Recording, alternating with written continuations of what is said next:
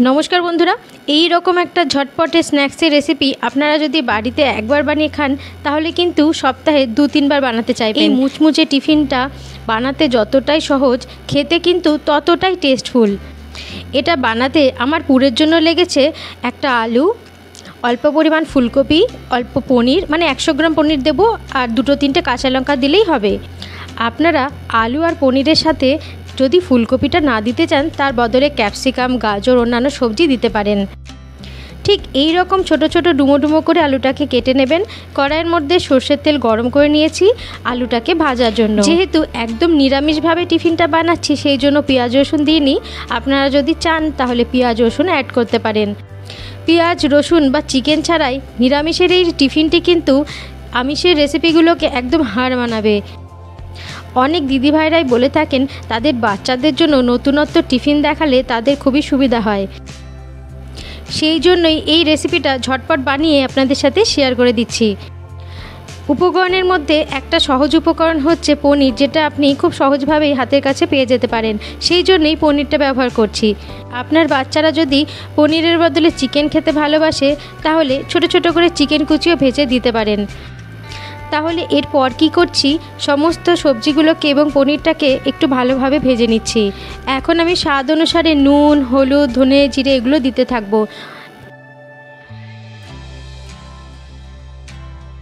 প্রথমে ছোট চামচের 1 চামচ মতন নুন দিয়ে দিলাম। এরপরে দিয়ে দিচ্ছি সামান্য একটু হলুদের গুঁড়ো।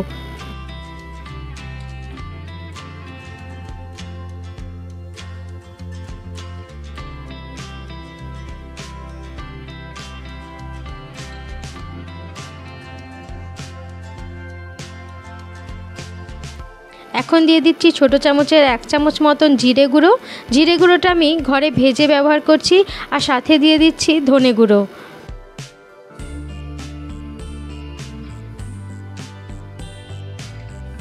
শুকনো খোলার মধ্যে জিরেটাকে অনেকক্ষণ ধরে ভেজে নিয়ে মিক্সিতে পেস্ট করে নিয়েছি। এইভাবেই আমি সমস্ত রান্নায় জিরে ব্যবহার করি, তাহলে কিন্তু রান্নার টেস্টটা অনেক বেড়ে যায়।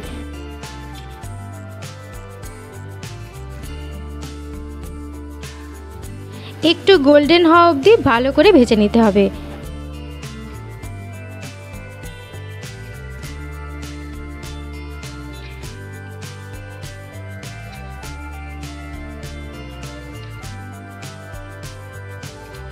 ছোট চামচের 1 চামচ মতন ধনে গুঁড়ো দিয়ে দিলাম। বন্ধুরা, আমার হাজব্যান্ড সবসময় আমাকে বলে থাকে ঘরেই ধনে আর জিরে গুঁড়োটা বানিয়ে ফেলো, এবং এটা আমার মাকেও দেখেছি ঘরেই ধনে জিরে গুঁড়ো বানায়। এমনকি মৌরি গুঁড়ো, মেথি গুঁড়ো সমস্ত কিছু ঘরেই তৈরি করে নেয়। যেহেতু মশলার মধ্যেও বিভিন্ন ভেজাল জাতীয় পদার্থ মেশানো হচ্ছে, যদি সমস্ত মশলাগুলোকে আলাদা আলাদা করে শুকনো খোলায় রোস্ট করে নিয়ে বেটে না হয় সেটা কিন্তু স্বাস্থ্যের পক্ষে ক্ষতিকারকও না এবং খাবার অনেক বেশি টেস্টি হয়। ফুলকপি, আলু সমস্ত কিছু ভালোভাবে সেদ্ধ হয়ে গেছে। এটা আমি নামিয়ে নিচ্ছি। অন্যদিকে একটা ডো বানাতে হবে।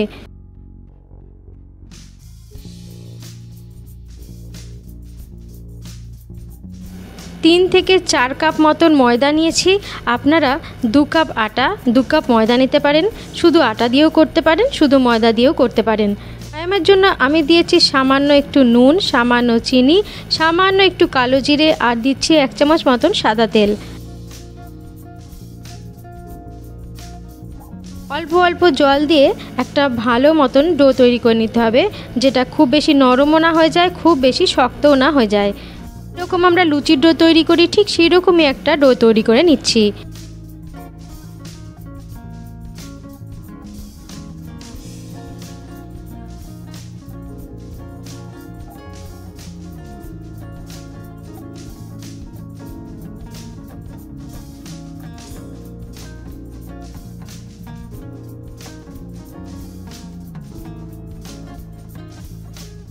ডো থেকে একটা বড় পরিমাণে রুটির আকৃতির লেচিটা বার করে নিয়ে রুটিটাকে বেলে নিয়েছি। মাঝখান থেকে একটুখানি কেটে নিয়েছি। 1 চামচ পুর আমি মাঝখানটাতে দিয়ে দিচ্ছি। বাচ্চাদের উদ্দেশ্যে বানাচ্ছি, সেই জন্য মাঝখানে অল্প একটু চিজ দিয়ে দেবো। পুরোপুরি অপশনাল, আপনারা দিতেও পারেন, নাও দিতে পারেন, যে কোনো চিজ ব্যবহার করতে পারেন। আমি একটা স্লাইস চিজ থেকে অল্প অল্প চিজ ছিঁড়ে এর মধ্যে দিয়ে দিচ্ছি।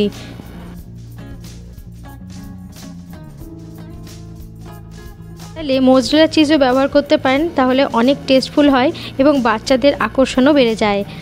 ধারটা এপাশের দিকে টেনে নিতে হবে, এপাশেরটা মিশিয়ে দিতে হবে এবং অনেকটা সিঙ্গারার মতো দেখতে লাগবে।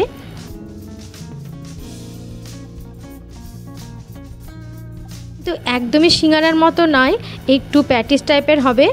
এই দেখুন, এইভাবে মুড়ে দিতে হবে।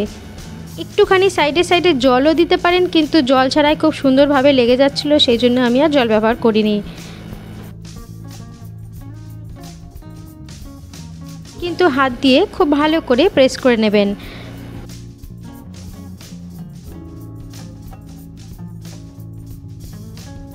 তাহলে কাঁটা চামচ দিয়ে নিচের দিকটা একটু ডিজাইনও করতে পারেন, আমি একটুখানি ফোল্ড করে দিলাম।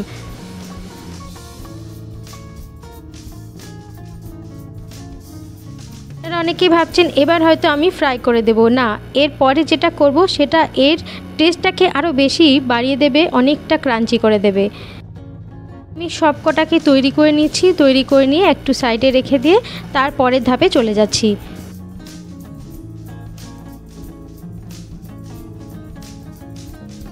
আপনাদের অবশ্যই রেডি করে নিতে হবে সামান্য পরিমাণে কেলগস কর্নফ্লেক্সের গুঁড়ো দিতে পারেন, অথবা ব্রেড ক্রাম্বসও ব্যবহার করতে পারেন। প্লেটের মধ্যে 2 চামচ ময়দা নিয়েছি, অল্প একটু নুন আর জল দিয়ে একটা মাঝারি ব্যাটার তৈরি করে নেব।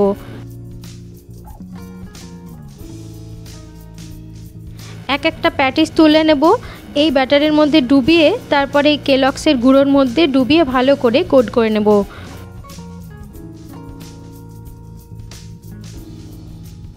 যতক্ষণ হচ্ছে ততক্ষণে তেলটাকে গরম করতে দিয়ে দিয়েছি। গুঁড়োর মধ্যেও করতে পারেন, পাউরুটির গুঁড়োর মধ্যেও করতে পারেন, আবার কেলগসের গুঁড়োর মধ্যেও এইভাবে কোট করে নিতে পারেন।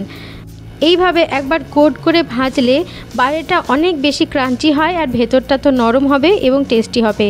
এই দেখুন বন্ধুরা, সবকটা প্যাটিস আমি রেডি করে নিয়েছি। অন্যদিকে সাদা তেলটাকে ভালো করে গরম করে নিয়েছি, এরপরে গরম তেলের মধ্যে ভাজতে হবে।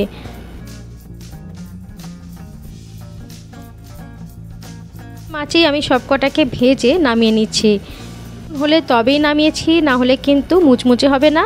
আর অন্যদিকে সস দিয়ে পরিবেশন করেছি। এতে বানিয়ে ট্রাই করবেন এবং ভালো লাগলে কমেন্ট করে জানাবেন। আমি গ্যারান্টি দিয়ে বলছি আপনাদের সকলের ভালো লাগবে। সবাই ভালো থাকবেন, সুস্থ থাকবেন।